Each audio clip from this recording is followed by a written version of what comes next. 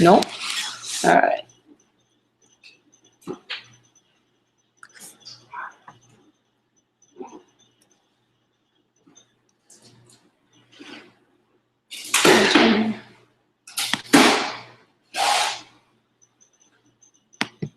I came up here because I wanted to have an experience, because this is a perfect time to talk with people. Because right now, most of the world, when they look at the economy and their world, do they have a great deal of excitement or foreboding? What would you say? Most of the world. No questions, foreboding. If you had to give this a season we're in right now, an economic season for most of the world, would you say it's spring, where things are just starting to grow? Summer, where you're not quite where you want to be and you're a little annoyed because it's a hot summer, you want more? Fall, where everybody's reaping like crazy? Or winter, where you're working your ass off and it doesn't seem to be paying off fully? Which season would you say the majority of the world takes the rain? Quick. Which one? Winter. And winter. I love the way you guys say winter. Winter. Winter is the most powerful season you could possibly start a business or make any money in. And I'm not saying that because I'm positive, because if you know anything about me personally, that's not where I come from. I'm not the positive thinker that you may have seen. People say imagery in a seminar because I believe in the power of energy. Because without energy, nothing gets done. Lots of people know what to do, but they don't do what they know. Lots of reasons. Fear is one of them. Not know what to do is another one. But the biggest one is energy. So you see people with energy in my rooms because I believe you want to make this thing like a rock concert. Because people get. By the way, as always, in everything that I do, if you haven't caught on to this yet, we always debrief. So I do want to know takeaways from this. Bored when they're just sitting on their tail learning. So what I really believe is we need energy, but I'm here to tell you, I'm not here to come by today and say to you, it's all positive. Let's go to our garden and let's chant, there's no weeds, there's no weeds, there's no weeds. I'm here to say there's lots of weeds, here's where they are, let's pull those suckers out so we have the garden we want. Who's with me on this? Say aye. I'm not a believer in positive thinking, I'm a believer in intelligence. And intelligence says that if you and I are going to succeed in this environment, if you come to a seminar like this, and you're looking for ways to maximize your growth in your business, in your life, and your finances, then you've got to understand what's really going on and not kid yourself. And so if you look around, I think there's 3 keys to being a leader, or mandates to leadership. Very simple, but you might jot them down and think about these as you listen to all the speakers this weekend, or this next day or so, because it's really going to determine what happens. Because many of you come to an event like this and you're going to get excited. You're going to learn some strategies. You're going to learn some tools, some insights. And how many of you came here because you want to make some more money? I'm just curious. How many came for that as a primary reason? Say, ah. How many came because you already have a business you want to take to another level? I'm curious. Say, ah. How many of you don't have a vehicle? You came here looking for a way to make some money. Let me see your hand. Say, ah. Most of you already have a vehicle. Good. How many of you came because just want to improve the aspects of your life, something you want to enjoy more, experience more? Say, ah. Well, we're going to cover all those. This morning, we're going to start with you. We're going to start with you because if you own a business, if you're going to be an investor, what's going to determine your success or failure is not going to be other people, it's going to be you as the leader. Ultimately, the chokehold of any business, 80% of it is the psychology of the leader. The owner or leader determines it. Financial wealth does not come from mechanics. I coach one of the top financial traders on the face of the earth. He's been my client for literally 2 decades, 20 years. He pays me $1 million a year to coach him. He emails me every day his measurements. I see him only 3-4 times a year for an hour. I get $1 million plus a piece of the upside. I don't tell you that to impress you. I tell you this impresses me. Not bad for 4 hours work, but I've helped him for 20 years where he literally made more money than any human being in history in 1987 in a single day. Literally made more money than anybody made in a day, which in those days was $500 million in a day. Today, that's like $500 billion with inflation. It was more money in 1987 when the American stock market had its biggest drop in a single day percentage-wise, still strongest, worst day percentage-wise. He called the market accurately, hour by hour, a week in advance, and made $500 million in a day. Now, you can't live on that, but it's a good start, get you going.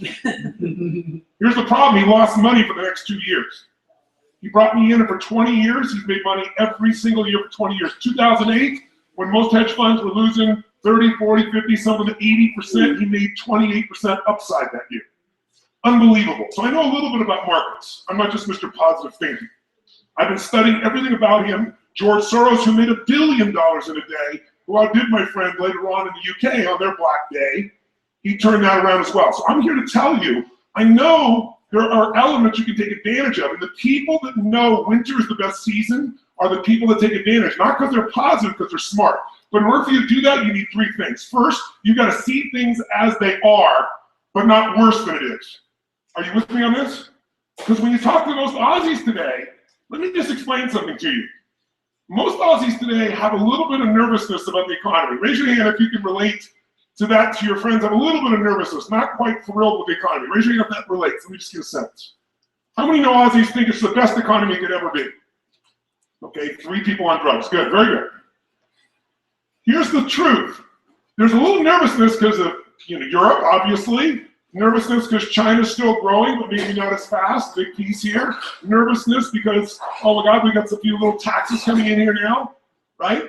Carbon tax. But interest rates are down 2% in just like the last 6, 8, 10, 12 months. Pretty nice. But there's this nervousness. Here's what you gotta know. If you're freaking nervous here, you better not leave Australia.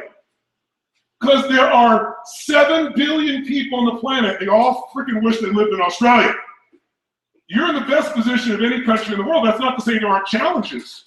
Your real estate market here is definitely inflated to a mass level, and you haven't had a big correction. There are things that are going to occur here. But you got to see it as it is, but not worse than it is, or you're not going to act out of fear. How many follow what I'm talking about here? Say I. And why do most people make it worse than it is? You tell me. Why do most people make it worse than say, oh, you can't even believe? Why even try? The whole economy is just going to tank anyway. Why do people come up with this stuff? Because they're so afraid to what? What's the word no one likes to say? Let's hear it. They're so afraid to fail. So they look for a story to cover them. It's like somebody says to me, I can't lose weight because I'm big boned. No, you're freaking fat. Let's just tell the truth here. Right? Is it true? You're fat. I'm not making a judgment. You're fat. I was big boned. That was my story. I was 38 pounds heavier than I am now. My story was I'm big boned. I'm still big boned. I'm 38 pounds lighter. We come up with a story because we're afraid to fail. What you have to do is see it as it is, not fake yourself and say everything's positive, everything's wonderful. You'll get killed doing that in business. You got to be smart. You got to see it as it is, but not worse than it is so you don't take advantage. Does this make sense? Yes or no? Second key is really simple. You got to see it better than it is or you won't do anything. That's the second key. You got to see it better than it is. That's what a leader brings to the table. So bottom line is, you got to see it better than it is. If you saw a guy like Ted Turner, multi-billionaire, amazing influence, created CNN. Think about this. When he first came in with the idea of 24-hour news, what do you think most people thought of that idea? First of all, they said there isn't that much news. He almost went bankrupt 4 times, but he kept seeing it better than it was. He saw the truth. He saw the challenges. He didn't make it worse than it is so he didn't panic. He saw it better so there was something to move towards that he could make happen. What does it say? Without a vision, people what? Perish. If you don't have a compelling view of the future, you're in trouble. And here's the challenge. Most of the world right now is in this place. In America, the highest it's ever been. 63% of Americans now believe that the best days are behind them. They believe specifically that the future for themselves and their kids will be far less than it is today. That's 72%, by the way, of Germans. 81% of French people believe that. Now, Aussies are in a great place, so one thing you gotta do is celebrate where the hell you live. Give a little hand for living in Australia, ladies and gentlemen. Come on now. So, if you're gonna be smart, you gotta go, we got a young group of economy, we've got a young generation coming up. We certainly have some ties to some amazing resources that are natural resources for us. And yes, the spending is not as high, and yes, there's gonna be a correction, but guess what? Some people's winter is devastating, other people's winter is mild. So far, yours is mild. I'm not saying it won't get worse, but here's what I can tell you. If you see it as is and you see it better than it is, you'll know something. The greatest investors, the greatest financial success in history, the first man to become a billionaire by investing alone is a man who's a friend of mine. He died about 4 years ago named Sir John Templeton. Sir John Templeton started out with nothing. He wasn't Sir John. He was a guy that basically grew up in a tiny little town with nothing to his name. He worked hard, and he decided to save his money and find a way to invest. But he had one cool secret. He realized when things are going well, what do people want for their property when things are going really well? A high price or a low price? Which one? High price. When things are going well, do they want a high price or a low price for their shares? Which one? High price. When things are going unhappy, when things are terrible, when things are going well, people think it's going to go well forever. When they think it's going bad, they think it's going to go bad for how long? Forever. When things are going really poor, what does that guy want for his shares or his home? A high price or whatever he can get? Which one? whatever he can get. So his mindset was really simple. I'm going to make all my money, write this down, during times of maximum pessimism. I'll make all my money during times of maximum pessimism. If you can, when everybody else is freaking out, seeing it worse than it is, you can see how it really is, not kid yourself, not just be positive, but see it better than it is and see where the advantage is. And you can do the third step I left out, which is once you see it better than it is, you got to make it that way. You got to come up with a strategy and action plan to make it that way. If you can do those three things, you can take advantage. And he did it. I'll tell you how he did it. When Hitler invaded Europe, when he actually invaded Poland, this guy took $10,000, $5,000 he saved and $5,000 he borrowed, which back in those days was a huge sum of money. And he went out and bought every stock he could get his hands on that was under $2 on the New York Stock Exchange, including companies that many people thought would go bankrupt. He just bought them across the board. $10,000. Now, by the way, that was one of the worst winter moments of maximum pessimism because everybody went, oh my God, Hitler's now storming Europe. We tried to appease him. It's not working. He's going to take it. Countries are dropping. Everybody thinks the bad things are going to go on forever. Here's what we all know about seasons. Winter does not last forever, does it? What always follows winter, my friends? What? Springtime. A new opportunity is always there. But when you're in winter, you think it's forever. And so everybody's freaking out, so share prices went through the floor. So what he got for $10,000 was worth its weight in gold. And by the way, 5 years later, when the war was over, what happened to the shares of stock? What happened as the company started to rebuild? Exploded back up. That $10,000 investment made him a billionaire over the course of 2 decades. He didn't stop there. Where would be the worst place to think of investing after World War II, would you think? What was the country most destroyed, even more than Germany? Which country? Japan. Japan. You know, radioactive places. Guess how much they want for land that's radioactive? Not much. Literally, he bought things for pennies on the dollar. And if you remember, in the late 80s, who was the country that was dominating economies around the world? It was Japan. And guess what he did? Sold it all right there at the peak when everybody there thought it was going so great. He always made money in terms of times of maximum pessimism. So what I'm here to say to you today is this. This morning, I want to work with you as a leader. I want to give you some strategies and tools that you can use to immediately shift your psychology, because that's going to be 80% of your wealth building. 20% is going to be the mechanics of how to do it.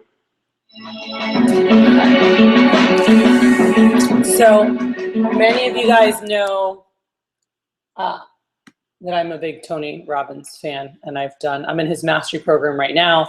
I've gone to a bunch of seminars in life mastery and wealth mastery, and just finished Date with Destiny, which was unbelievable. And I wanted to just share this to kind of kick off the day. I was looking at, and obviously it's not something that's all directly proportional to it, but there's always lessons in everything. And that's one of the things I love listening to him speak, is there's so many different audiences from all over the world. And I feel like there's always things that you can relate. If you choose to listen, seeing how can I benefit from this? How can I learn from this? Like, what can I take? I remember I listened to this, and he talked about this in one of the leadership seminars. He was talking about the mandates of leadership, and this is something he always talks about. And he listed 3 things. What was the first one? See things as they are, not worse than it is. Okay, so see things as they are, not worse than it is. It sounds so simple, but the fact is, what do we naturally do as human beings? Like, you hear, oh my God, you make it this whole thing. It's like, they haven't gotten back to you, right? It's like Bobby, we haven't heard back from the lady. We need to try her again. Actually, if you can text Bobby and just tell him to call his realtor again so I can hopefully talk to her. The fact is, he was like freaking out. He's like, she didn't call back? How did they do it? And I said, Bobby, I called her, I left her a message. She called me, she left me a message. I called her, like, we've been playing phone tag. It's not that we lost the space, we just haven't gotten in touch with each other, if not, we wouldn't be playing phone tag still. But it's easy, it's natural to like get into freak out mode with anything and always see things worse than they are. And that's just gonna put you in panic and anxiety. And if you're, tell him to call his realtor, if you're functioning out of panic and anxiety, are you gonna perform at the highest level you can perform? No. Absolutely not.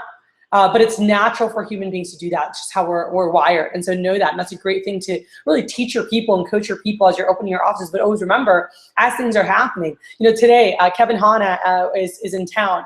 He was helping us with some great stuff this morning with front-end efficiencies. Coach Lorena for several hours this morning. He has ran the pilot. It's a secret pilot office. I don't even know you guys know existed in Wisconsin that the company has. It doesn't count for anybody. It doesn't. For years, he's ran tests. They test everything. It's the test office. It's like the laboratory for Vector. And so anything new they want to try out, anything, they test it there. So no one ever sees his name anywhere. Like, we don't know who he is, but he's been in the business 25 years.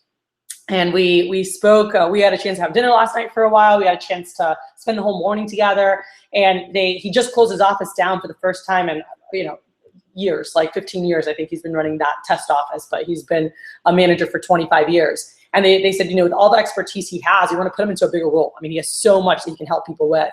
And he came down and we spoke for a while, and he said, I love, he just flew out. He came in for literally last night and this morning, and we had like training stuff. I didn't even think about it. So we sat down and just talked about, where the division's going, what we wanted to do, like all these things. And we were just sitting down talking about the business. And today he was here with us. He said he wanted to go to the office. There's nothing in the office. All my furniture's in right here, right now. And he started laughing. He's like, wait, but I thought you guys started recruiting. I'm like, we did. He's like, where have you guys been? And the girl started laughing. Like, we've been like vagabonds, just we're going around from place to place. And we were just laughing about that. He goes, so where have you been functioning out of? We were like, well, we were in Melissa's office. We were in Eric's office. Our office was supposed to be built out, by the way, a month ago. All right, but I've been through this a couple times, and if you haven't heard talks of mine in the past, I would listen, and when you start freaking out, go to Vector Connect, go to Champions Find a Way. It's from SLC 2008, and listen to it, all right, and make yourself feel really good. And it was the biggest summer of my career, 1.1 million, 900,000 in new business. It's when I moved to Miami, and exactly like I just moved here and started from scratch with nothing, with no one, put together the most makeshift staff of random people, old reps, people I didn't even know, and really went on a mission to create something amazing. And we went out there and we worked our tails off, and everything went wrong. And the phones, and I finally locked down a lease, which took me forever. And when I locked down the lease and I got there, they said, oh, we can't get your internet in this building. It takes a month minimum to 2 months to get the internet because the sewers, and we were in between two canals, and how it was, and the wiring, and I don't know. I'm like, what? And they're telling me this at in May, because the phone companies take forever, and the internet, we're gonna talk about a lot, making sure we're getting appointments set now, so you guys are setting up. So I'm waiting, I finally hear from them, I'm like, all right, and they're like, oh no, I'm sorry, we're not gonna be able to get that, maybe even longer because of all these things. I'm like, what? I'm in tears. I'm like, oh my gosh, it is like May, next week is May 1st, and I can't get in, and now they're telling me it's gonna be a month or two before I get internet, or I can have phone lines. That means I won't have phone lines till July. So basically I just spent $25,000 on mailers, and I'm gonna have no phone lines for the next 2 months. Like, or how do I move offices, everything, like summer's now, like I'm supposed to run my first seminar this next week, and it's just nuts. And we were in the most shady place, in a warehouse. We found a place that was in a warehouse, we're above the warehouse. Like, you don't understand. If you guys drive over there, you'll just be like, what? It looked like something from a horror movie when you went at night, because like the lights were like dim, or one was like flashing, the other ones were off. You're going to your interview at night, and you're like, oh my God. And I'll mention this tomorrow with some of the guys, but it was disastrous. And I said, no, the Champions Find a Way. Champions Find a Way. We can do this, and I'm going through. And it was just everything that could go wrong went wrong. And it was a summer of magic, man. And you'll hear me talk about it this weekend because, me moving here, and Kevin's heard that. He's like, I remember you giving that talk at SLC, and that's why I was talking about that. And I'll tell you more of the story tomorrow, so I won't waste it now. But he goes, you're known for just like going through adversity and making stuff happen. I'm like, oh yeah. I'm like, I moved here first year, I got rear-ended, 10,000. I still don't have my car back. I'm like, everything's messed up. My office was supposed to be done by March 1st. Okay, I found it in second week of February. And then it's been every week, something's happening to my car, everything's happening. And then the inspectors, and then this and that. We still haven't moved in, and it's April 1st on Wednesday. So we haven't had phone lines. We haven't had things running. Phones are ringing in random places. We didn't know where to transfer to. And so Kevin's just like, so are you guys? I'm like, oh yeah, they've been recruiting. We've recruited 12 for the month. We just launched 2 more, so that's 14. Not super exciting. It's been the most inefficient recruiting ever because things are everywhere. But we're just finding a way to make something happen and start building some momentum, So he goes to the office today, and I go in, and I'm like, okay, Mary Lou's here in the room training these 2 guys. And I was like, wait, where's Lorena? Because she was running receptionist training, right? So we've been running our entire office, interviews, pre-screenings, interviews, and training out of an office that is this big. Like maybe? That's too big. Like this is it. This is it. Like a little desk and 2, 3, you can fit with the folding chairs. You can do 2 little rows, but that's it. Just like a little desk and 2 chairs. Nothing on the walls because it's literally a private office. It's a small private office at that. It's not even as big as my private office in my new office. All right, this is where we're running all our functions out of. Nothing. A silver cup on this on this table that's falling apart. There's a silver cup sitting there, and there's a frame that's like half broken and like crooked on the back wall. Okay, this is what we've been running for the past month. And so Kevin walks in, and we see Lorena. She's there running training with not even our girls. We haven't even found receptionists yet. She's running training for one of Jordan's mom and 2 of Eric's girls. So she's sitting there running training with them, and Kevin walks in and he goes, "Oh, so where's the office you guys have been?" I'm like, "This is the office." He goes, "Wait, but this is like it's a small private office." I said, "No, this is where we've been running training, advanced training, interview. Everything has happened out of this little place." And what it is like an office has suites, and we're like using one of their little private offices. So we're out of there, and then I'm like, "Wait. Didn't we have an interview at 11:30 or 12? They're like, "Oh yeah." I'm like, "Lorna, where's the interview?" She's like, "I don't know, one of the other open spaces somewhere. I don't know." So I'm looking around the suites and I don't see anything. And then I hear Tovar's voice. And so Kevin and I walk around the corner and he's sitting in almost like a kitchenette area, okay? Or it might've been desk, but to me, he's sitting and he's literally, this is what's happening today. Kevin, actually, I need to text him, I need that photo. He's going to explain. I said, take a picture of this, because this is going to be a story. I'm going to talk about it at SLC again, just like I did Noe. And he's sitting at this little kitchenette like this. This is exactly, ready? This is against the wall because it's built into the wall. So I walk in the door space. There's 2 dudes in metal, like those fold-out chairs facing him. He's in a fold-out chair sitting right here. Little counter, and he's sitting there cutting rope and stuff with them right here on the corner of it. He's got a blue book over here, and he's like going through. He's running an interview like this, like it's like a demo in this empty, random corner of an office. It doesn't belong to anybody, So I walk in, and I was like, "Hey guys," I'm like, "How are you doing?" I'm like, "Hey Tovar," I said, "Hey guys, thank you so much for your." Patience and flexibility. Obviously, this isn't a normal interview, to like talk to them, and they're just like, "Oh no, it's cool." I'm like, "We just moved here from Miami, whatever," and I like built everything up. And I said, anyway, I was just laughing. I'm like, "This is hysterical." I said, "Hey, good luck in your interview. I hope things go well. We're excited. We're moving into our suite next week, so I see you in training next week." And they're like, "All right, but you got to make the best of it." Like an old me would have been like, "Oh," like I was like, "You know what? It is what it is, and we're gonna make the best of it," and that's what you do. You take whatever comes and you create with it. And that's one of the mantras I've been trying to, and we're gonna talk about all weekend. In GCK, create, not collect. Create, not collect. And I was talking to DVM about that, the DVM team. It's like, that's something that I know. And is it gonna go always the way that we want it to? Absolutely not. But our mindset and where we're at and how we look at things is gonna make a big difference, okay? So the second thing Tony mentioned was what? You gotta see it better than me.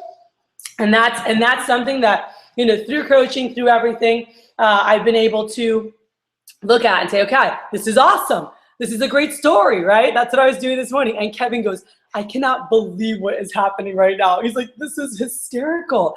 I said, "Welcome to my life." I said, "This is what's going on." I said, I don't think one person in my division right now has an office space locked down. We got phone numbers in the last 24 hours before they were due. I said, everything's chaotic.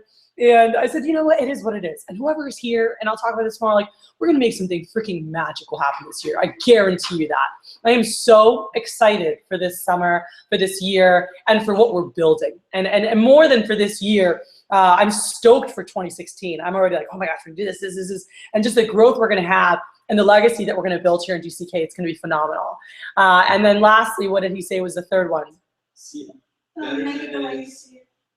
Oh yeah, make it. And then make it the way you see it. And that goes with my mantra of create, not collect. Go out there and make it. Like, once you see that big picture, it's like, let's go out and make it happen, So don't be that person who's just like whining about what's going wrong. Because I'm going to tell you right now, in the next month, there will be a lot of challenges as we get ready to open, okay? And there will be people, and I hope that you guys hold each other accountable when you hear them saying like, "Oh, this is going wrong, this is going," and it's like, you know what? Embrace it. Embrace the chaos, okay? If you guys and I'll talk about this tomorrow. If you saw anyone when I got in my accident, first comments from my guys from back in the day, if you read any of them, they're like, oh, it's going down, you know, and because they know it's like, you got to embrace it and say, you know what, apparently, like, I've got to be ready to handle something bigger, you know, I've got to be ready for something bigger. And all these things, all these challenges, you know, you can look at them as challenges, or you can look at them as strengthening, you know, and it's just things that had to happen for you to grow stronger muscle.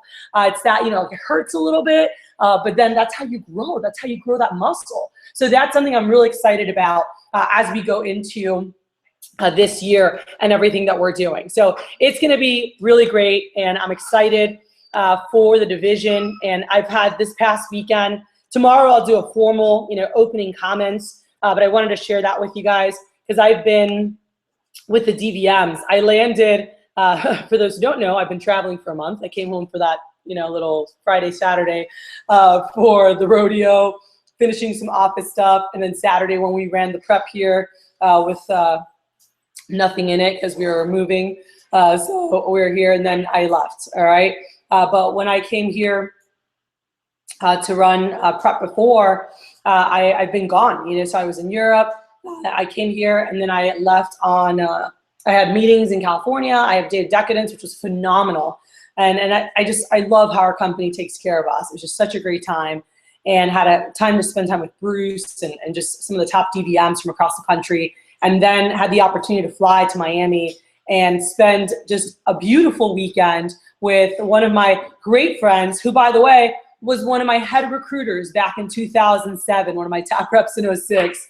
And we became great friends. We're the same age. And she worked for me until she got pregnant and then left to take care of her baby. And I moved to Miami, and she just, you know, would sell randomly. But she said, you know, Kat, you just had such an impact on me. And we stayed friends. And it was so awesome to be able to go for her bachelorette party and spend time with her.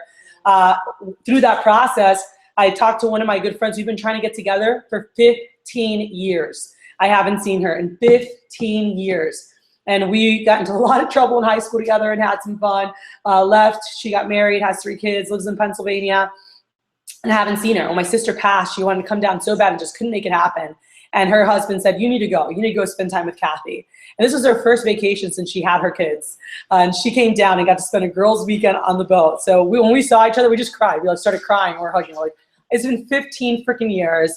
And then and when we got, I'm like, we're going to Nassau, Bahamas, Nassau. Holy crap. Like, my roommate from college is from Nassau, Bahamas. I think she still lives here. So I like messaged her, and she's like, I live in Nassau. I was like, dude, I'm taking a boat there. I'll be there tomorrow. She's like, I'm picking you up. And her husband came and picked us up, took Stacy and I around the island, went to their house, had dinner, reconnected. I hadn't seen her in 11 years. It was phenomenal, you know? And I got back Monday, flew back late night, exhausted, unpacked, repacked with these guys, you know, went to bed finally by about midnight. By the time I got here, and I was on the road at 6 a.m. driving to Austin, and I've just been grinding, getting us ready. And let me tell you, like, I don't know that I've been this exhausted, but I can't tell you how energized I am and how excited I am because of like everything that's going on. And so we had the most phenomenal meetings in Austin, did mailers. I was nuts, my first time doing that, so that was fun. But just had a chance to really sit, plot, plan, you know, get a lot of things in order for this meeting that I wanted to accomplish in the, you know, for tomorrow and Sunday when we have everybody here together. Make sure you guys are feeling good with just administrative stuff and things that just need to get done in these next weeks. Those who are opening offices. And I got so excited about what was possible for us and our division and our region, really, and where we're going, even though the company's not you know, where it should be. And we're down right now as a division. And that was another part. And or let me ask you guys from the video, any takeaways you guys that stood out to you or things that you liked from it? Because then I'm going to share something and we'll dive in here. This chair was for, I like the Sir John Templeton quote. I like Sir John Templeton a lot too. But anyways, I'll make all my money during seasons of maximum passivity. I like that quote. So yeah, and we tell people that in our interviews too. It's like we're number one still. You know, we're growing despite the economy and things like that. So yeah, it's kind of a cool. I like being part of a company that's you know, big on cooking at home and stuff like that. So so cool. Any other things you guys liked from that or takeaways? I think the first one that I was seeking is the art amount worse than because when I started with Mel, I was that guy that was negative beyond belief, and Mel like had to hit me this good couple of times. Things started to change, so yeah, I was thinking. Cool. Anything else? Adding on what he said, we come up with stories because we're afraid of failure. Mhm. Sometimes I just feel like I can't do a lot of things I can do because I do have a lot of things to do all the time. I'm sure other people do. Oh it's just- yeah. Huh? Said oh yeah. You know, I've been thinking about it lately, and it's just, you come up with a lot of stories. So just getting out of the mindset and really focusing on what can really be done. Mhm. Because being in that state, I don't know. Yeah. Absolutely. And I want to encourage you guys right now as we go into this month. And by the way, for those of you who haven't had a chance to meet, I'll give Dan a formal intro tomorrow. We'll intro everybody. I'm sure everybody knows who everybody is, but Dan is one of the best sales reps, one of the best managers our company's ever had. He's been in Cutco 27 years, was a district manager, top manager for years, top sales rep, is one of 5 people that's actually earned a ring, his Hall of Fame and Court of Honor in a sales rep and manager capacity, which is pretty hot. So his picture's up at the factory, and he worked in the Eastern region. That's where when I started on the FSM Elite, he was the big dog that everyone talked about. So I was just this brand new, you know, been there for a year, and there was all these hot shots, and John Berghoff and Dan Andrews and Sarah Mashborn, and these were the guys everyone talked about.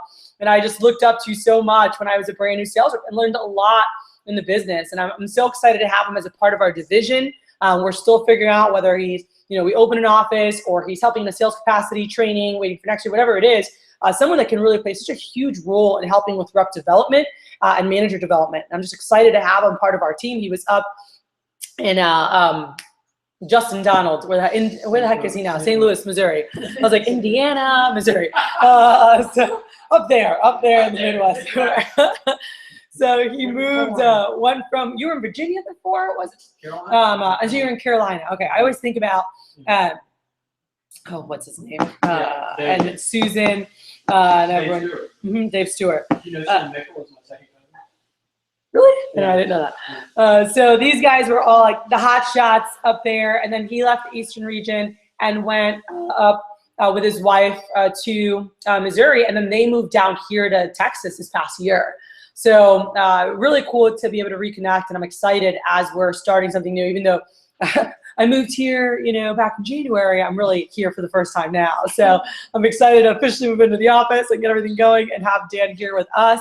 And he'll be able to, you know, really add some great value. Somebody who innovated a lot in our company back in the day and was really ahead of the curve always when it came to where we should be from technical with just the business, the sales capacity, the things he knew about the products, how he presented it, just systems that he had, innovations with how we should do things, with tracking, with just ahead of everybody with things. And it was just always great to hear what he was doing and learn from him when I was a brand new sales rep. And I feel that we've lost some of that in the past decade. Like the sales reps that we had back in the day in the 90s and early 2000s, we were strong reps, man. And I feel from when things changed to CGA in 2003 and kept going, it really became weak, you know, because everything got watered down. We weren't able to like call people leads anymore. We went through a period where we weren't allowed to call leads unless the customer called them first, which now we do both, right? But they just took away our ability to call leads. And most of the people were like, what? Because we were hardcore cold callers. Like, let's go. Give me a phone. Let's dial. Phone jam. You guys look out of phone jam and make 10 calls. We're like, what? We're going to sit down and crank out 50, 7,500 calls for a little phone jam. You know, if I'm having an all-day phone jam, I make 300 freaking calls. And some of you guys can't even wrap your minds around that. And so I'm so excited because back in Miami, I had Andy Jonti, who was in the late wave of that, but he's partnered with me all through the years. And we're the old school Cutco sales reps. And we know how to freaking drive sales, drive productivity, create what we want, and have an unbelievable work ethic. And I think that as the generations changed, generations have gotten lazier and have been more, you know, like just kind of expect things to come to them. And I'm just excited to have a combination. I know that we have, obviously in Vector, we attract the kids with good work ethics, but it's different, you know? And it's exciting to have that mesh. We have people that we can all go out together, great things we can learn. I know he's going to bring a ton of value. So we'll introduce him tomorrow and all stats and everything, but here right now. And then I think everyone's already met Lorena and Mary Lou. All right, cool. And then these are, and so, you know, Francisco will be a second-time branch. Last year he kind of ran a half branch, but just yeah, he opened very, very late, didn't get to do much, but you know, so excited to have him back because his unbelievable energy. Just really, he's just like a bubble of wonderful energy, crazy busy, unbelievable mathematician, physicist, all that. I saw physicist, and yeah, so he's excited to have him back as a second-time branch. And then our other second-time branch, she's up in school in Justin Donald's division, actually, Caitlin, working with Buddy Boyd up there. So those are our 2 second-time branches. And then Mr. MBR ran a district office back in the day and a branch DM, and then was working in the region headquarters for a while. And while he was in the region for a year, 2 years, and then said, I want to go back out as DM. So he's going back out this summer. So super excited to have him going back out. And then we've got the babies who started last summer, 2 summers ago. So both these guys with Melissa that you'll meet tomorrow, who's in Sugar Land. And then Nisa started 2 summers ago as well, or last summer? In January, okay. So I know you were here longer than the summer, but I was trying to figure out. So, and Nisa is helping run the North Houston office right now with Mr. Francisco. So we've got a good group, and we have other guys who are with us right now via internet away at school to get things rolling. So if you guys check the agenda, we're only 12 minutes behind. Boom. Locking down offices and Q&A. I wanted to just give us 30 minutes real quick and wanted to go through a bunch of administrative stuff with you guys, but we'll talk about this more in terms of how we set up phones and seeing where we're at. Just like little things, just any questions you guys had in terms of as we're office searching. So I know we've got Bobby has a great space, and we're just looking to lock down the lease, and I want them to add an extra wall, and they're ready to close the lease. We've got a good deal there with a one-year lease. And we have MBR right now. You have your... Yeah, I've got the space. So the guy, it's kind of an old, like he showed up to show me the space with like his mouth. And so anyways, I was like, can you email me? He's like, well, around 10 right now, I can get it to you on Monday. So he's gonna give me the documents on Monday. He doesn't even have like a layout of the, so, but he said he was just gonna give me the keys on Monday and I can start move my stuff in. So I guess I could take like video or something and send it to you that way on Monday. Cool. I want to get the guys who are on. I want to get them on a conference call, so we can have them with updates Well, they can too. hear you. So I know, but let's get a conference call number sent out to them. Yeah. Ashley and Taylor are on right now, and the other girls are getting on in a minute. So if we can get them on, please. All right. So that's where you're at with your office. Do you have you started at all looking or, okay, any updates with anything yet? I'm doing like 3 or 4 of them. Okay. But I'm locking down on Monday. Okay, so you've got some good options. Yes. Awesome, so you're in a good place there. I just came from Rosenberg right now. Well, I stopped to do a pop-in training, but I just came from there. I saw like 6 or 7, like actually got to walk through a lot of places today. And I've narrowed it down to 1 that I think it should be. Just because like the pricing and the areas where I wanted to be. Me and Melissa went out there last week because I can only go out there on Fridays because I'm just free on Fridays. And we went out there, and then I just went back today and followed up and saw more places. So Okay, cool. I just need to share the information. All right, are there any questions you guys are going through this? Or? We're just going to try to do some negotiation. Okay. Because she said really just 6-month lease is what she wants to do, but Melissa told me to give all that to you. It's a really nice lady, but a little old Indian lady. So I'll talk to her. it's like We can close it on Monday. $1 a square foot. Perfect, that's where we want to be. How many square feet is it? She has, it's 500 already, but if you add on the other room, like Melissa was like, that should be your Private office? Yeah, the lady said you can add it on. She's like, you can pick whatever you want. It's just a whole bunch of rooms. You can overlap. Close them or open them. Perfect. You don't need more. I mean, one of our best branches, number 3 in the nation, she had a 500 square foot office with that I was telling you guys, and she killed it, rocked it. So perfect. I'm trying to rebuild the Regis Bay building downtown there. Overrun by a couple of homeless people right now. The guy that owns it lives in You say it's ran by homeless people? It's the same spot that I was in. Yeah, it seems like he had. The guy that owns it lives in Canada. So and he's he's a dentist. He's very tough to get a hold of, but on Monday, so we can hammer out the final details. But yeah, I'm trying to get his old spot because I haven't seen it because when I went originally, obviously he wasn't there, and then they turned off the elevator so they wouldn't get up there anymore. So, Okay. So This is your seat, Bobby. looking at it looks to be about 650 to 700 a month, almost. I think it was what 950 square footage. Mhm. Cool. Good. So what's the next step with that office? Just gonna give him a call Monday and try to have him send me over he already agreed to the lease as far as how long I need it for. Lease And terms. as far as price, I'm still gonna play with it a little bit if I can. Mm-hmm. And then, Absolutely.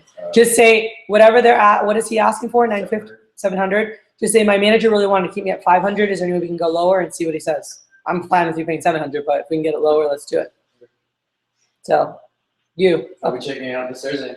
Okay. So you haven't started yet office searching. All right. And you did it last year, but if you need anything, just let me know. I'll be working on stuff for the week. Where are you at? Well, I was talking about this last thing online, and it was like. Hold on, girls. It was like nothing, but it's going on Monday. A little. Okay. Have you started looking at all yet?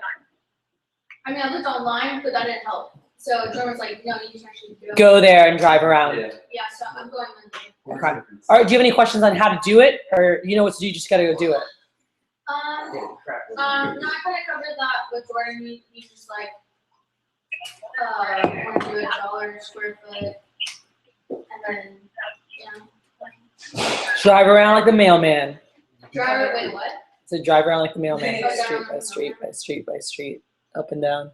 Melissa told me to tell the lady, because the lady said $1 square foot. She told her to tell her that. My manager actually doesn't want to spend as much as she's even spending in her own place, because I think Melissa paid 71 cents Mhm. square foot. So she told me. Oh, good. Yeah, so tell them that. That's true, because I wanted to use one of the buildings that she has, but it was too east for me. Because that company that she has a couple different buildings, and it's such cheap office space, which is a huge place for so cheap. What do you recommend, like a good, amount of space?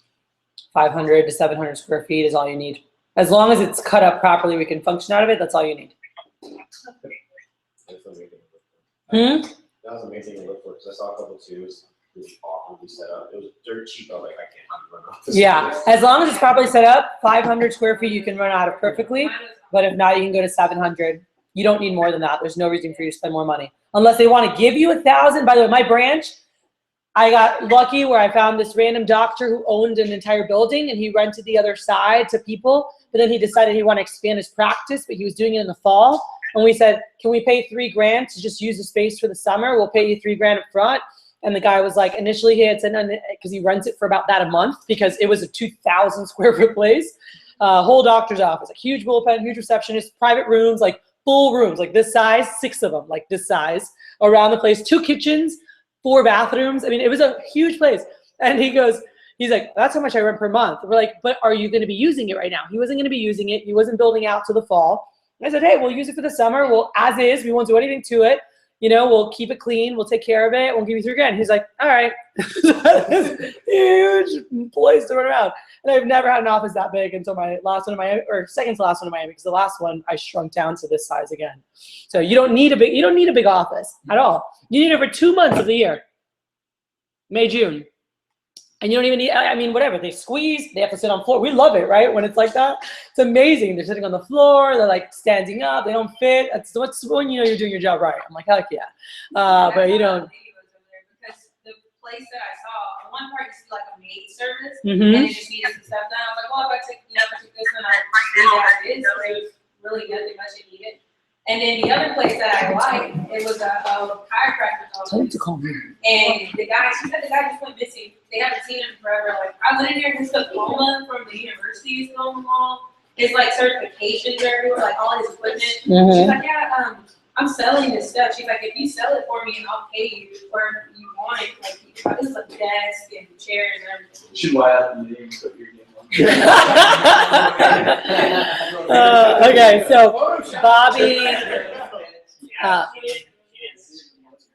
I know, I tried her too. She didn't answer. So hopefully we get a hold of her on Monday. You left her a message? I knew you were gonna call her. I figured you would, so I didn't. But I'll leave one on Monday morning. I'll try tomorrow morning too and see if they're open. All right, hold on. So what's up? Keys. Huh, that's a good question. Check the table. Check find my little black thing, and it should be in there. It might still be in the car. Yeah, purse thing. Okay, so Bobby, so we got to figure that out. And then I don't know where Miss Ashley or Tay are yet. All right, so let's, so we're good. You guys are good with Office. Do we need anything? I just wanted to have the time if you guys needed it to see where we're at. All right, so here, pass these around, Bobby. These 2 sheets. So everyone has what we need, and we need some for the other guys. So for the guys who are streaming live, if you guys go into the documents I sent out, you've got Office checklist and Office supply scavenger hunt. So this is something really cool that Drew put together, the scavenger hunt. And what this is on your demos, you can tell customers, I'm looking for this stuff to see what they have that they'll give you for free. But, and by the way, and then you tell them, if they give you any of this stuff, they get 10% off their order. If they give you any of this stuff, they get 15% off their order. If they get any of this stuff, they get 20 or 30% off their order. And then just extras, all right? Yep, oh yeah, like the master of bartering. And you could, I would love any keys that you can give there. That'd be cool too. But this, I thought this was really cool. We were at our meeting. I'm like, that's awesome. So they play a scavenger hunt game on all their demos to start. And by the way, go back to family, go back to whoever, anything they might want to get. And then the other sheet was something Buller had put together that has an Office checklist of everything that you need, as well as the maximum you want to spend on them. Cool? So just so you guys have that. Here, Pat, give one of these to Dan so he has it as well. All right, so you guys can have that. So this is just so you guys, if you had to buy everything going there. But what you want to do right now, like right now, I actually, Lorena or Mary Lou, I have to find Tovar. I saw when I was coming in, there was a garage sale going on to the right, and I wanted to go so bad. Tovar, can you go, when you drive in, there was a garage sale happening to the right. I don't know if you guys came from that side, but the south side, not from up, but from the south side, if you're coming from Ashley, when I drove in, it's a garage sale with an arrow to the right. Can you go over there and see if there's any stuff that we could use for the office or whatever, please? That's where we found the desk. Yeah, go drive over there, please, and find me stuff. Huh? It was, oh, it was in the morning? On Friday in the morning? So it was just for moms. I don't know. I mean, maybe there's some A really good place, if you go drive around, like, literally in the Heights area, like, there's always desks and stuff. We got a great desk they found on the front of someone's house, and they went and picked it up, and we took it to the office, and it's awesome. It's gonna be my personal desk, I think, and it was free. So I know a guy, a few minutes from your house right now that's got, full-size desk, he's trying to get rid of, he wants $100 each one, nice. I want to see Nice 2.5 by 6 foot. if I like it better, I might buy that from him. Yeah, remind me to give you that photo, but he's right Because about we could buy 2 of them. You should also look on He's got 4 Facebook, or 5, by the way. like, look on Nice. Facebook with, like, in my area, we have, like, Hey, I'll put you on my phone. trade and stuff like that. We're So, saying like, ways to we get would- furniture, Tay. I don't know. It's in the documents, the attachment of the email that I sent, and we were just sharing different things. So yeah, so I got furniture driving front. And by the way, Tay, this is something you can have your mom do too. Tell her to keep a lookout for any garage sales, or even like people put stuff on the side of the road. What did you just say? Like, on Facebook. Facebook? We have one that Southeast Texas Buy, Sell, Trade. Buy, sell, Everyone trade. posts things. Okay. There's an app called OfferUp. An app called OfferUp. And you can type in like desks, office stuff, and a lot of stuff is super, super cheap. Mm-hmm. So, and it's around the area, so you just have to go pick it up. Mary Lou, check OfferUp and see what we can find. Decorations and stuff. I need executive chair. I need a big brown one. I need 2. I found the black one for free. I have the apartment on my dumpster, and I got 4 office chairs. They told me I could have one. Yeah. We got most of Sarah Law's furniture. We moved in there was a dump, and it had, from people moving out, it had all this furniture. And we booked up her office. We got stuff for my office. I got stuff for another one of our branch offices. Like, we freaking Yeah, ran. they were like 12 That way. chairs, but there were only 4 with cabinets. I found in one of the open office spaces I was looking for. Uh-huh. I had a couple office chairs in there that put in Melissa's car. Yeah. I did the, So people leave stuff because they don't know what to do with it. Like, I left a lot of stuff in my old office. So if someone went in there, there's a lot. the most gorgeous desk that I wanted to bring, but I didn't know where to. It's so heavy. It was so big. I didn't know where to put it. I robbed the Derek Service from the long time. He's gone now. Mhm. So me, Alex Hall, his, one of his Ian that he launched, I went with him and we basically just took everything. He had these like 500-pound desks, like. That's how mine was. It was mahogany, Yeah, it was amazing. And now I wish I had it because I have an office that fits it, but the other space I didn't have a place. We didn't pick it up. Yeah, I don't know. It was huge. I was in such a rush. That's the whole thing. I was in a rush. I didn't have time. I didn't put it on Craigslist, and I just left it there. I just had to go. So people do that all the time, is what I'm saying. So bottom line, we don't need to spend more time on this. Try to get everything free. Start looking now. Cool? Start looking now and just start getting everything free. Huh? The Facebook thing people have been doing. What? Saying they're opening up, and I need this, and this, so anyone can just, and I've already Can done, anyone donate? yeah, I've already done the desk, filing That's all I got. cabinet, office chairs, I've not done stuff just for doing that, so. Mm-hmm. I would have your parents do it too. Cool. So yeah, Tay, you can do that. Post something up saying you're opening your business and the stuff you need if anyone wants to donate. Have your mom put it up. Hey, Tay needs this stuff for her new internship. Where's Ashley? Can you tell Ashley to call me? Yeah, and then she said give her. Okay. So have your parents put up posts, aunts, uncles, whoever, because they'll have friends too that can help out. So your friends, parents, whatever, let's get furniture free. So that was. He owns a restaurant, so he has to go to 52. There's a lot of chairs. All right. Because you know you're attempting to serve. All right. What's up, Tay? I took him. Oh, yeah, I just didn't know. My cousin's realtor is going to help me look for an office in Magnolia, and she's asking, like, what size, what price range, like, and I really don't know. I sent a document to you guys with all of that last month, and Jordan has been helping everybody. If you can get a call with Jordan, he can walk you through very easily. Cool? Okay, awesome. That way she can look for you and we can get that thing locked down. So that'll be awesome because it'll help Jordan out too if she can help. So just get a call with him so we can arrange that, okay? And tomorrow he'll be here actually, so you can talk to him while we're like in the break and make sure you get all the information you need. So perfect. And then I don't know what Ashley, how her office searching is going. I know Caitlin's getting stuff down.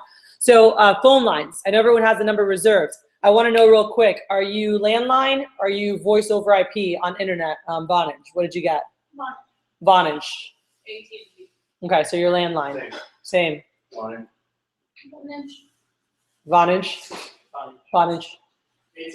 AT&T landline. Okay, so two different things and some information, and we're going to go over this. In terms of internet, we need to make sure, Vonagers, you have enough internet to back up your phone lines, okay? So you want to pay for the internet. We cannot lose. We're investing all this money into mailers. We cannot lose those calls, all right? We spent a lot of money. I just spent, personally, I sent the most mailers, obviously, but I spent $26,000 on mailers. So I need to make sure that that is backed up, all right? And I wanted to, and most of our, Melissa sent out like 42,000 mailers. Jordan sent out 30-something thousand. So did Eric. Sent that out. There's a lot of mailers out there. I think we kept you around 20. I think we kept you around 20 or 20 something. Bobby, it's like a 27,000, maybe 30,000. I think we kept around 27,000. But it's a big investment, and it's a great one if we handle it the right way. And I know Lorena, by the way, she'll go through some stuff with like hiring and training. But Lorena really. We had some great coaching this morning and just things to make sure we're really watching the numbers and that we're ready. And she'll talk about like hiring and training. Too many times we hang on to girls that we shouldn't be hanging on to. And we did it last summer. So it's not like a new manager thing. Okay, I've been in the business for a long time. I just won 7 silver cups back to back in 4 years. And last year, we're like, oh, we didn't want to take the time to train a new receptionist because it was so busy in May. And so we just kept the girls we had, and they were not good. And we did not have the efficient summer that we could have had if we actually had, taken time to pay attention to the numbers, first of all, and hire when, fire and hire. So it's like, can you be slow to hire, quick to fire? And that's really important.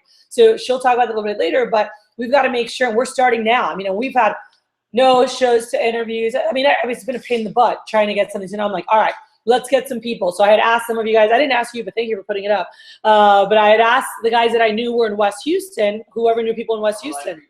I realized if I got some of my friends in your office, then I won't Heck be yeah. able to. Absolutely. So I had one of your friends message me, and we're going to try to meet next week, but one of them that, Francisco, yours, she's like, I heard about it from Francisco. She messaged me. I don't know if she's a good receptionist, but she could be a good rep. She just had a baby last week, and she's, you know, whatever. It doesn't matter. But we had another one that heard about it from a friend who saw it on Andres' Facebook, who lives out in Katy. She's sharp as heck. I think you're meeting with her Sunday, right? Other ones. So just, we got to start thinking outside the box. So that's something that right now, what are we doing to find receptionists? Well, something that we did when we were at, and you guys can do, and Taylor, let's see. Taylor, mute yourself, but then unmute if I ask you a question, okay? So we don't hear you in the background. What's up? Okay. Can I share a story how I found my first receptionist? Yeah. Then the house being, yeah. And they were right behind my office, literally 5 feet, like maybe 10 feet away, there was a house. I knocked on the door and asked them if they knew anybody, and they got like a niece to work for me, being my first receptionist. Nice. Nice. And like, she just came to my office like 2 days later, like, here, I found somebody. Oh, cool, you actually did it. Mhm. Just My ask. receptionist is from my customer's daughter. Yeah. So right now, by the way, things you guys can do. What can you do? Put up a Facebook post and ask friends or family. Say, I'm opening an office in, you know, Rosenberg. You know, if anyone knows anyone out there, and they'll be like, oh, I have a cousin or I have a niece, or people will pop up randomly. So ask who knows someone, good, upbeat, bubbly. Doesn't matter what age they are, but just make sure that they're cool being in a young environment. You know, like we had. Jordan's mom was in the training today, ready to go. She's like, my son just won a silver cup. Let's do this to help out with, you know, sending people for interviews. So we just made flyers. Can you grab a flyer to show them? We made posters. We made flyers to like just hand out randomly. We're putting Facebook posts, just finding Facebook posts we can do. When you're calling old reps from the territory, you guys, we sent out lists from the old territories, and I have a list. Like I have a list of all the old reps from there. Calling and saying, hey, and calling them for leads. Hey, I'm just moving to the territory. I know you worked with Cutco before. We're looking to build a championship team. We're looking for people that can help in the office, receptionists, part-time receptionists. And Mark was telling me they always ask returning reps, especially that are tied in. Drew was talking about, they said some of their best receptionists, and that's true for us too, are some of the people who are the people that are tied in, like team members that are the most tied in. And they love the business, they care about the business. So who do you have that from last summer that might be a great rep, might be whatever, but we want to have them, even if it's for 10 to 15 hours or 10 or 12 hours. And those were some of my best receptionists have all been that way, where they were a rep or were going to be a rep or were a past rep. And they had a lot of, or their best friend was a rep, you know, and they had a very big connection and a strong belief in the company, you know, and once in a while we get lucky and we have a Lorena come through, but some of our best people, right, you know, but some of our best people are usually PRs of friends, cousins, family members through Facebook, through them sending out a text. So are we spreading word right now? Here's the goal. Ready? We have kickoff in 2 weeks. And the goal is in the next 2 weeks, district managers, can we have 10 people in the pipeline? You know, branches, can you have 5? Because we're going to talk about receptionist coverage tomorrow. It's not Gulf Coast, any of the last 5 years or past managers. We're going Kathy style, and we're freaking going to be investing into that. And I'm going to show you the numbers, the breakdowns with PRA investment, with receptionists. I'm going to talk to you guys in your caps as well. And it's 1,000% profitable. It doesn't matter how big you go. And even the DBM team was like, whoa. And Lloyd, he's like, I want you to show them this because they don't get it and they're never properly staffed. It is a rule in the East that pillars, we better have at least 10, if not 15. Like Trey Harris's goal is to have 15 receptionists trained by the time kickoff comes, which is next week, by the way, for them. 15 girls for summer ready. Now, when he hires them, he says, hey, we're looking for summer help. We're going to be training right now. Right now, we're going to have about 10 to 12 hours. And that way you can test out the position, see if you like it. We can test you out, see if we like you, and just getting them going. So we have them in the pipeline to see who we like, because they're not all going to work out. So you want more than you need. Now, we still have, we usually had 12 to 14 on schedule. So for us, we needed to have like 20 girls. Now, it didn't all need to be by kickoff because it was girls we were going to get later, okay? But what you want to do is even right now, like Tay, your way, you can be doing what Caitlin's been doing. Same thing, Ashley, you can be doing the same thing. And whether you put an ad by yourself on Craigslist of new office opening, whatever. You're doing Facebook posts, have friends, like had some of you guys send, that are from that area. So who do you know from the area you're gonna be in, from school, from wherever, and you can look up, okay, Lake Jackson or whatever, and reach out and say, hey, can you do me a favor? Can you put a post for me that says this? And you guys saw the one that I put up, most of you guys, or that I was tagged in. But have them put, hey, my company's opening an office in New York. And if it's a friend or a cousin, it's, hey, my friend's company, or my sister's company, or my cousin's company. And so it's very personal. And you can get some, and you'll get some of your best people through that process. So make sure that you guys are reaching out now to find people in those areas. And so you might say, oh, but I'm away, or maybe they're away at school. So let's say you have someone who's awesome from Beaumont, but they're at Ole Miss right now, okay? So you interview them via Skype. You have a Skype interview with them, and you like them, and you accept them. You have them watch all the Vector Live videos. Depending when they're coming back, if you need them ready when they come back, they can Skype in for one of her trainings and join us, or stream live and watch the training. And when they get back, they'll come for some live training. They'll come for some observation in the pilot, and boom, they're ready to go. Cool? We're in a world of technology now. It is very normal for many seminars, for many things to all happen online. Like that's the world, like the business has changed. And that's in the DVMs, we ought to be like, we're learning how to use Snapchat yesterday because Lloyd, myself, everyone were like, I don't know. Like, what is this thing? Because Danny Bellman's like, oh, we're gonna advertise through Snapchat. I'm like, how are you gonna advertise through Snapchat? He's like, whenever I have something with a rep, I'm like, bro, snap this. It's normal because everyone snaps everything. I'm like, how does it even work? And he's like showing us this. I'm like, what? And they're like, they have like live feeds. He's like, kids get their news from there now. They have like ESPN and Snaps and all that stuff. I'm like, I had no idea. He's like showing us all that stuff. I was like, what the heck? I'm like, I feel really comfortable with Facebook, but they're like, no. So like, you need to get, I'm like, you need to get on, so I need to get on Snapchat now. But he's like, yeah, if we have a PC or a kid gets an awesome check, be like, dude, snap that. And then all his friends see it. He's like, my job's awesome, and then he'll have people inquiring about it. So just we were talking about, where we're at. But right now, for receptionists, what can you do? Send a snap. Yo, I'm opening a business. I need help, whatever. If you know anyone who knows someone in blank territory, hit me up or whatever. Send out a video looking for help. Huh? I don't think you put that many words. I'm saying a video. Oh, video. Snap a video. Yes? No? Don't you snap videos? Yeah. So I'm saying snap a video and then put a little something like, looking for help, like, or summer work or whatever. But send a video out and boom, blast it to all your contacts, whatever. Put it on your timeline or however your story that works, all right? So I have no idea. I'm like archaic with the times, and I've been good with trying to keep up. But we always joke around because I'm from a time too. We're like, I didn't have computers growing up. I didn't know, like it'll try, and I've gotten better, right? She's been with 3-4 years. Computers scared the crap out of me. I was just like, we never used those. I don't know, I was so hesitant with everything. It took me forever to get away from my flip phone and get a BlackBerry. And then I got comfortable with BlackBerry, and I'm like, I'm never switching to getting an iPhone. I'm not doing that forever. And then I was like, all right, I'll get the iPhone. But anyway, no, but this is a time where there's just so many ways that we can be getting people. So are you thinking outside the box and really going through all the resources that you can have? And I know when we were brainstorming, Lorena and I were just like, all right, we've got, receptionists putting, on school sites. Right now, your schools in your territory. Have you posted on Sam Houston's online, on their job postings, receptionists needed for summer work? So if you haven't done that already, go on your school's websites in your territory, go to their job posting and put receptionist needed. Also, if you haven't, put up a rep post as well. So those are 2 positions that you're looking to fill. So making sure that we're doing that. By the way, does anyone need a pen? I bought like extra pens and stuff. Oh, I didn't get her call yet. So right now, Tay, it would be awesome for you to put something up at Ole Miss of like, hey, my job's looking for help throughout like the US, like when you're at a school like that, because maybe we got people here, whatever, be like, I'm gonna be running an office in Magnolia, but I have friends who are gonna be doing internships throughout that are looking for receptionists. Brian Rabbit, one of our guys back, hey, Ashley, mute yourself, okay? One of our guys that was back in FSU, which is a huge, big state school, so he went to FSU, and Rabbit would put out these, posts or whatever, and he's like, hey, my company has nationwide openings for summer work. They work with colleges and universities. You can earn college credit. It's really flexible, awesome summer job, and can transfer back to school.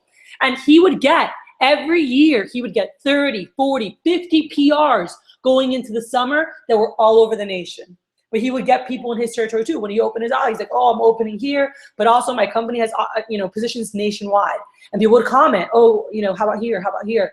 And they'd go everywhere. So we can, at the bigger state schools, so the guys at A&M can do that. You can do that at HBU too, because HBU has kids from all around the area that came here. That's how I was at PBA. I went to a small Christian college, and so there was kids from all over that wanted to be on the beach down in South Florida. That's the only Christian private school down there, So anyway, making sure that we're doing that because you'll get people from around. So I put, job postings.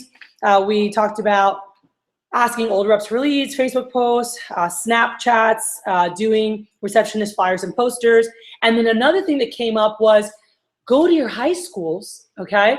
And Danny was showing us this yesterday, and we were like, holy crap. And I could go, here's my top high school, and I go to their school website, and if you go look at their sports or clubs or anything, it shows you all the members of their club, and like if they're senior or junior or sophomore or whatever, and it shows you all of that. And you see who you look at the sharp, and it's the head of the National Honor Society. You're like, awesome. And then I find her on Facebook, and I message her, and I go, hey, I'm opening a new office in your area. And you guys, most of you guys, and then you'll see all the PR stuff. We got Jordy Jones, PR. You guys have seen the Facebook approach, right? We talked about this back in December, where you like,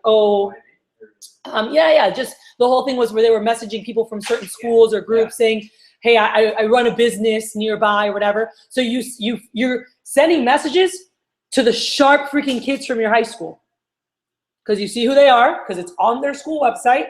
You go onto Facebook and you look them up and you say, hey, I'm actually moving to Jackson for the summer. We're going to be opening a business, we're looking for help with receptionists. We also have let me know if you know anyone looking for work. Boom. And now you're going, it's not hoping the sharp kids call you. What's happening? We're fighting them, and we're like, hey, you want to come work for us? So we're like, it's literally, we're on a campus, and you're on campus advertising, and you're looking for those sharp kids. They're all right here. There's all their names right there. Right there, send a message.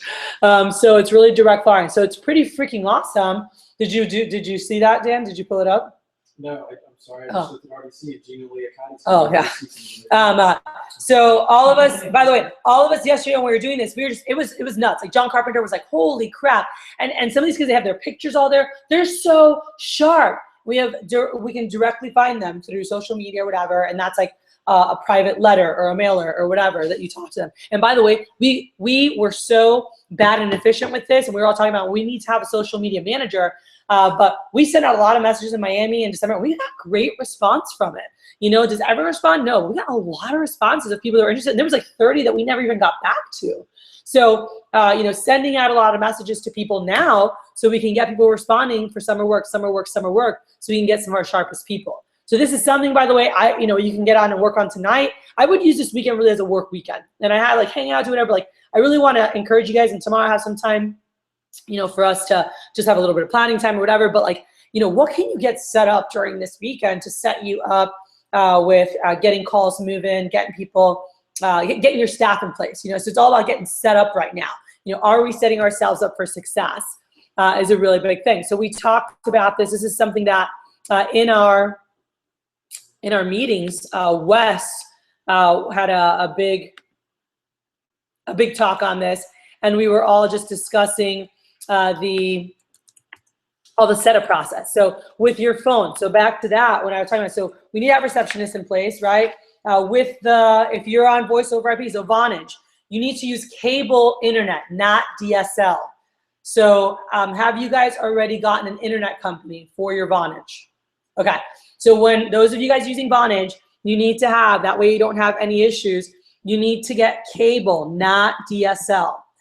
Something everybody needs to do when you talk to get your internet, you need to ask them to add a block. They call it different things, but you can get a block of 5 IPs, and it's like $10 a month, IP addresses. You need those extra ones because when the company's putting Craigslist ads for you, sometimes they rotate the IP addresses so that if one gets blocked, you still have other ones. So that's really important that you add that. So it's only like an extra $10 or whatever. It's $10 or $15 to get 5 extra IP addresses. So whenever you get your cable, your internet, make sure to ask them that. Those of you on landlines, AT&T, you can use either cable or DSL. That's up to you, all right? But you want to make sure that you get that. Comcast usually has bundles. We get really high-speed internet, and you one phone line and you get one, when you get a cable box, and it's a bundle, so it's cheaper. Okay, so check Comcast. That's what we did. All right, for sure. Then you have, you need 20 megabytes minimum. The goal's for 50, you know, depending on what the price is. So you can download of download speed. All right. You also, and by the way, it's better, at least for 2 months. Like it's better to pay for the 50 megabytes of download speed for May and June, and then just drop it to 20. They can always reduce the amount, by the way. You want the fastest, best internet if you're on Vonage in May and June. When your mailers are dropping, when your high schools are coming, when your calls are the busiest, that's when our calls are the busiest, May and June, you don't want your lines dropping. You don't want some, because Vonage works over internet, all right? So it's really important that we have that set up the right way. Forward your lines just in case. Huh? Know how to forward your lines, your numbers to your cell phones just in case. Okay, yeah, because when in Miami, our lines just shut down. We're taking calls. We finally got in. Lines are shutting down. Phones are shutting off. We're like, oh my gosh, we were on Vonage. It was nuts, and I didn't have the proper internet. Everything was just crazy, you know. But we like transfer phone to one phone. We're like calling off a random paper. It was crazy. Are you doing VoIP in your office? Huh? Are you doing What are we doing? I don't even know. So we're doing voice over IP. Or we're doing landlines. Okay, so we're doing landlines. But just because we got a good bundle, we have a contract, so it's different. For districts, I like landlines, but it can work both ways. There's By the people that way, work when- it both if you're- ways. If you have like 50 and then the lines are still coming down, which they shouldn't, but if they do, call Comcast, tell them like you're having issues with your internet, they'll usually. Okay. When you guys set up your one phone line, I think this is a little bit late or whatever. Do you guys tell me you needed one line for now, and then that's all? You set your contract. So when you paid a deposit, you just paid it with a one line, right? Yes. Okay, cool. Okay. Okay. So when you go to set it up, you just want to do like you're setting up one phone line when you set up your setup, and then increase the lines, because if they make you pay more on deposits. If you say, oh, I'm going to put in 8 lines, they make you pay more deposits. But if you're just ordering a line and then you're like, oh, I want to increase my lines, they love increasing lines. Like, oh yeah, $15 per line or whatever it is. So just make sure, we'll look at it. I think it's more so when you first set it up. So if they didn't ask for anything, then I think we're okay, but I can check. Computers need to be bought. Branches, you need a minimum of 2 computers, like desktop computers. I mean, if you want to use laptops, you can. Mary Lou was telling me you guys can buy a thing for $3. It's called Tile. Well, if you buy them in bulk, they're $3, but they're really $25. But it's worth it. What's the bulk? How many is bulk? I don't know. I will just check it. So anyway, even if it's $25, right? It's a thing called Tile, and then you stick it on your laptop or stick it on a phone. Because I want to get cell phones. I'm probably going to do cell phones for my PR lines. I'm still deciding. And the reason being, the world we live in, the kids we work with, they text. Yeah. It's weird to get a phone call, and especially from a number you don't know. Yeah, it is. That's the world we live in now. So like, if you're even like John Carpenter, literally yesterday, John Carpenter is sitting there and he goes, seriously, my daughter, he's like, Stephanie called me yesterday and my heart jumped for a minute. I'm like, you okay? Because she never talks on the phone. She texts always. And she's like, yeah, Dad, I was driving, or, whatever it was, but it was just a random, like she called instead of texted, and it like freaked him out. And he's like, I was like scared for a moment, like something was wrong, because it's not a normal thing. And more, unfortunately, whatever, like that's just how they work. Everything's via text or video chats or whatever. Like kids don't just call each other on the phone. Hey dude, what are you up to? You don't do that. You text, yo, what are you up to? Right? So if the kids, and this is something that launched us, by the way, 2012, my office did $1 million in PR business. 2 million for the year, $1 million in PR business. And this is something that Mary Lou led. It started in 2011. We went through, we're going to talk about stuff in our PR program in these next days if you look at the agenda. But this is humongous.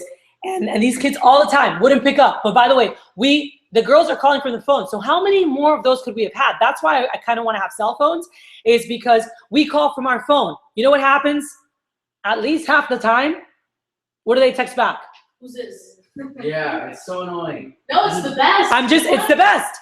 Because now I can talk to them. If I was calling from a landline, can they text, who's this? Exactly.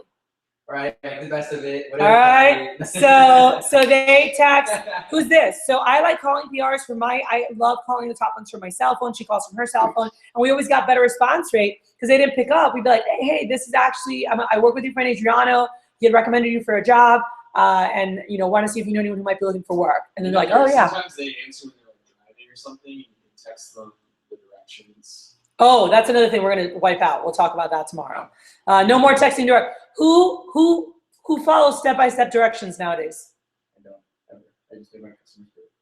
What does everybody use? UPS. GPS. Well, Put it yeah, in your text mouth. them, like, Put it whatever. Like I'm getting PR calls, and they're like, well, I'm in my car right now. I can Right. take it. But I'm saying we're not giving directions anymore, period. To PRs, to incoming, to anybody, just some landmarks. And then we'll shoot them a text with the address or whatever. But that's what we are doing on Google Maps. They're getting all of our places so that it has a pin exactly where our office is. So we just send them the pin, boom, and they go straight there. That's what that guy called.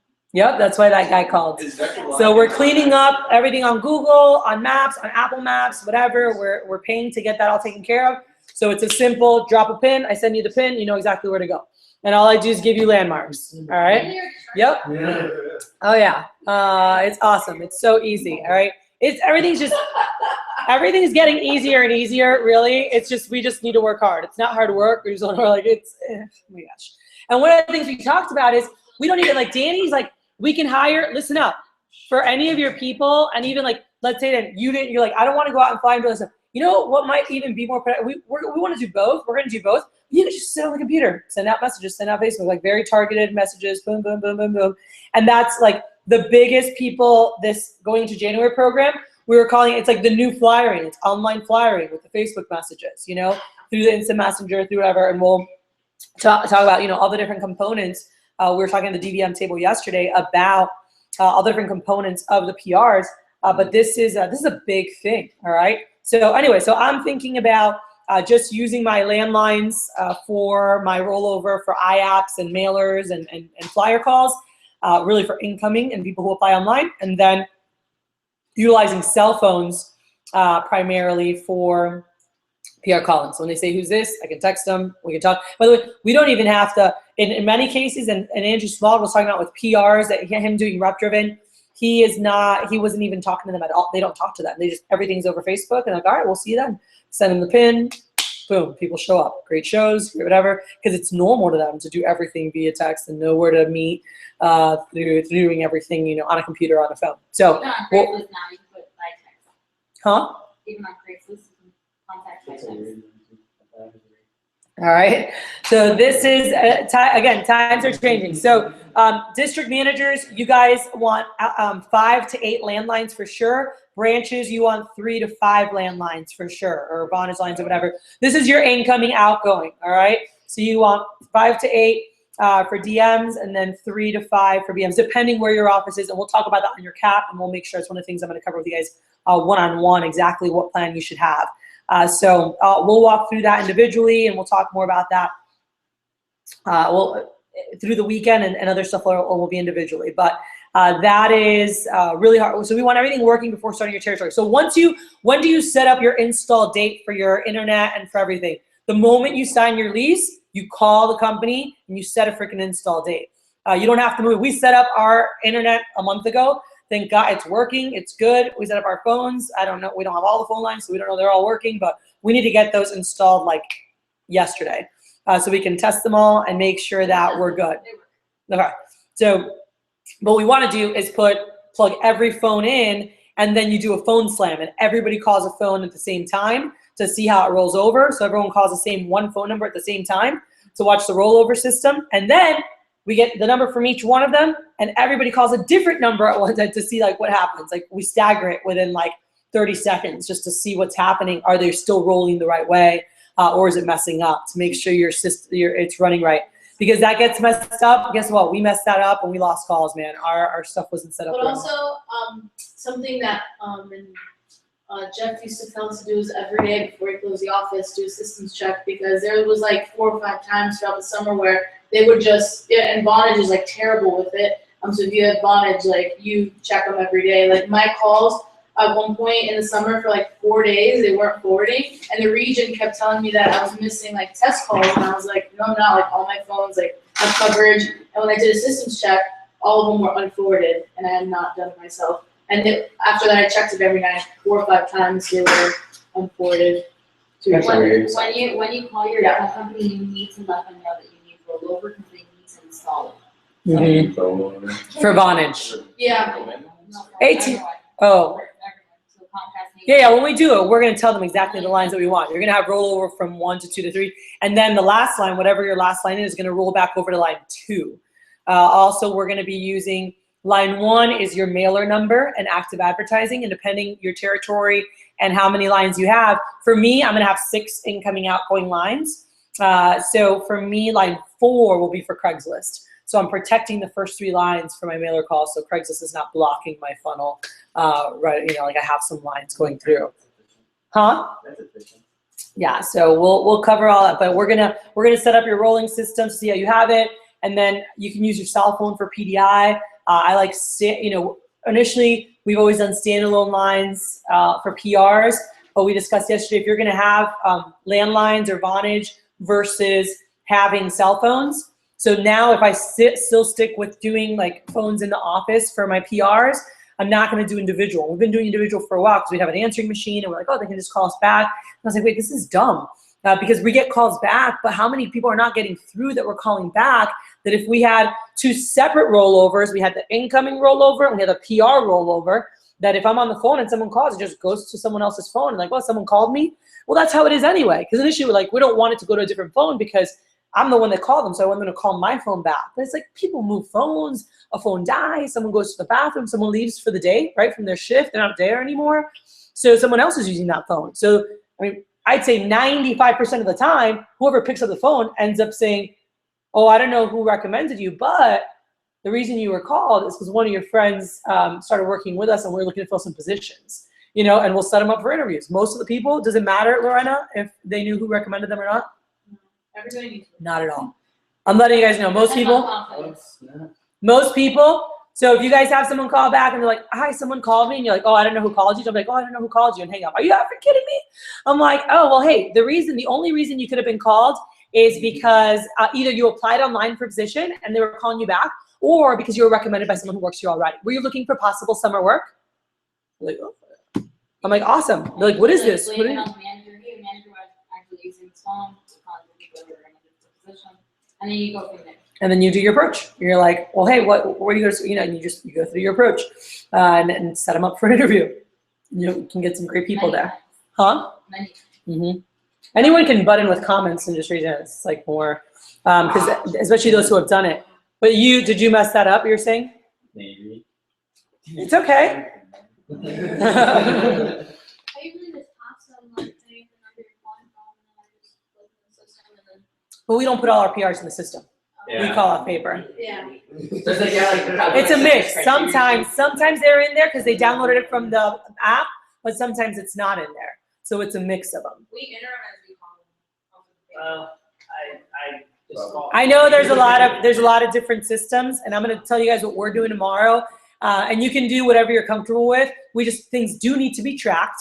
And Kevin, who is here, for those who are using paper, he's setting up a spreadsheet for us. So at the end of the shift, when the girls finish, we can plug their numbers in so we can still have accurate statistics and efficiency reports. So whether you enter them, because that's the benefit of entering them, and he was saying even he's going to check to see if Fred can do it on Vector Live automatically, that even if we don't enter all the names, the ones that they do at the end of their shift, they can put how many hours they called and everything. The benefit of putting them into Vector Live is that they're in one place, so you don't lose papers and stuff. So if you're going to have them on paper, you need to have binders, you need to be organized, and it's still can be messy, you know, and it's nice when it's all on the computer. We just need to create a system. Mm-hmm. Like we had like trays and just label the months or per class, or say sharp people, current team, sharp people that don't work here anymore, you know, like just whatever you want, you know, label them 1, 2, 3s, whatever you want. So computers, all right, we need to buy computers. So here's the deal. Branches, how many computers do you need? 2. Districts, you need as many mailer lines almost as you have, but we'll look at your situation, 3 to 5 for sure, that you want computers. Now, you could buy them from Vector Live. I don't recommend it. Well, there's two aspects of it. Depends on cash flow, okay? It really, because if you don't have cash flow, then you're buying it from Vector Live. Benefit of buying it from Vector Live, everything's already set up. It's in, like they've already programmed it. Everything's in there. It has everything it needs to run Vector Live properly. There's no issues. It's $908 per computer.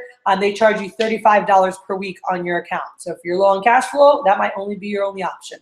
A cheaper option would be to go to refurbishing computer stores. All right, you can get a great computer refurbished for a couple $100. So you can buy 3 computers for that same price. Amazon. All right, Amazon, but sometimes something I bought one off there and it was good, and then it was But if you walk into there's a bunch of different places to do refurbishing, so you can look up. Online does too. Who? Walmart online, and you can return it if it doesn't work. Or return it at the end of summer. This one didn't work either. You know what? I just want my money.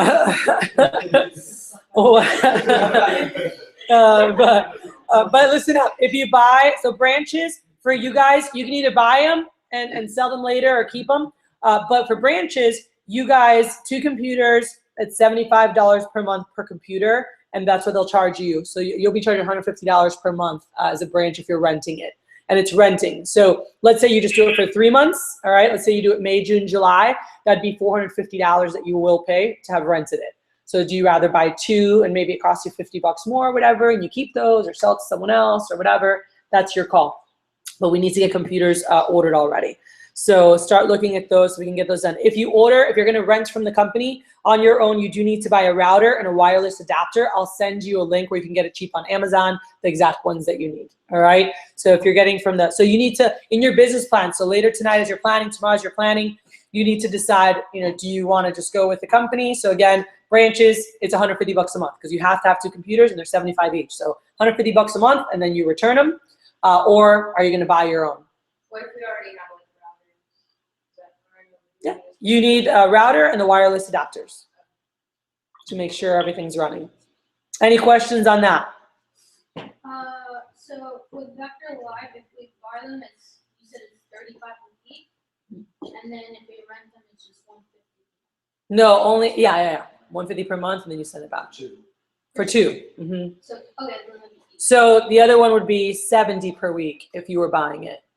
Well, you're not buying a computer for $900 as a branch. That's only DMs. oh, okay. You have the option of renting it or buy it from the store on your own. Oh, okay. So branches, rent or buy from the store. DMs, up to you. You do the $35 per week or so both options. So those are, I'm just writing down here. Those are things that I had here with administrative. So we've got phone lines, rollover, internet, lit orders in terms of literature order, opening forms. As soon as we're going through and getting opening forms, when we're getting your stuff signed, there's forms that you're gonna have to sign. I did a lot of the variables because I never told you guys to do stuff before. But Nisa, I still think we need to find your signature so I can finalize your mailers actually, because you never turn in a signature at your banquet. I know, I gave it to Ryan Donovan, and he didn't give it to me. And so I called Patricia and I stopped something over to her a while ago. Okay, it wasn't in there when I was doing mailers this week, so we need to solidify that. So we've got internet. So lit orders, they do a prepackaged for you. So you're good with that. We'll talk tomorrow about lit for the summer, the amount of lit that we ordered already. It's all going to be at your banquet, and then you'll take it home, is what was the easiest for them. So Patricia said they're shipping it all there, and then you'll just drive it home with you. Kickoff. All right, kickoff, sorry. Apologize. Did I have Like- an email and they were saying if your address is wrong for lit orders, they're gonna charge you $17 per kid. Per box. They're just going to send them to the hotel. All right, so yeah, so make sure you clean your cars out so you have a place to put your lid. So those are things that, yeah. In terms, let's see here. Oh, another thing. By April 17th, some of you can do this, some of you might not be able to do this. Ideally, your top 10 high schools by April 17th, you want to go drop off packets, high school packets. So they're trying to, I got to contact Brian Winans to see if they were able to get the order, or can you email him? Here, find an email from him in my email, because he wanted your email too for the agenda for the kickoff. Okay. But we need they're trying to see if they could do a big regional order, so they're there and they'll just charge your account and you take them with you versus having to wait for them. But there's like nice campus packets that they have, or you can make your own. We've made our own. Did we get any of that stuff done for the? Okay, so campus packets, if they were able to order campus packets to be delivered at kickoff. Okay. So I make my own campus packets. I just get a blue folder.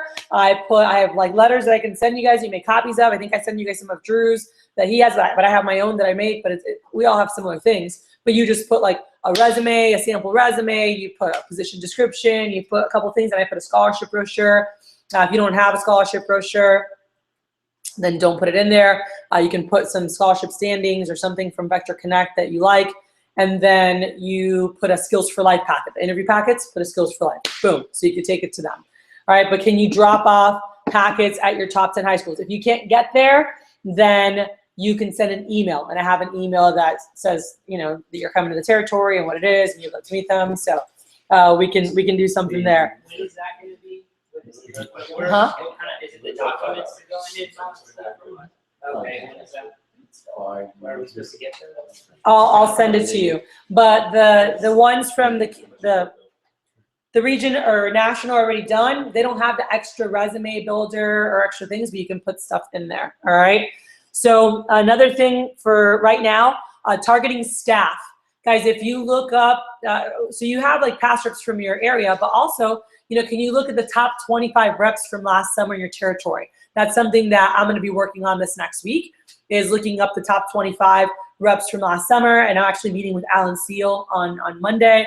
And we're going to walk through people so I can start targeting to see who I can get back to help out 1 or 2 days a week, in some capacity, whether they're second manning interviews, running interviews, teaching them to be a recruiter. They're helping with advertising, or by the way, even with online advertising, and they're helping me with like getting, targeting the people that I want and getting the right kids in. Because we'll be talking about steroid PRs. I mean, there's so much good with doing a lot of it via internet. So initially, we're gonna the last week of school, we're going old school. The last weeks of school, we're just gonna get out a lot of freaking cards. Okay, and then after that, we're gonna focus. A lot of the advertising will be done, via Facebook and all other forms. So we'll have a combination of them, but we really want to make sure we're targeting that. So those were things I had on my list. I want to open it up for you guys for questions in terms of just things that you need to be doing right now, any things that you're not sure of or what you should be doing. So I just want to open it up real quick and then we'll take a break.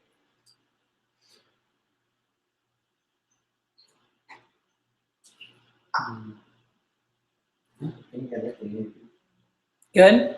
The agenda covers all my questions that I'll have later on. Okay, cool. And then at the end, we have time for final questions. Cover the program we talked to about it, Hector and that, or Jean-Paul. Okay. Previous ranks in my particular. In your territory. All right, perfect. So we have a management checklist, right, that you guys had. And actually, I'd rather go through some of the stuff now. Do you guys, I don't want to take a break right now. We just started a little bit ago. So I'm going to hand right over to, so she can keep going through administrative stuff, Mary Lou. So these are just how-to. She's going to run through and just some of the systems that we've had in place. So I want to make sure that you guys, can you set up? Already ready. Beautiful. So on mine, Mhm. I need a. It says and checklist chain.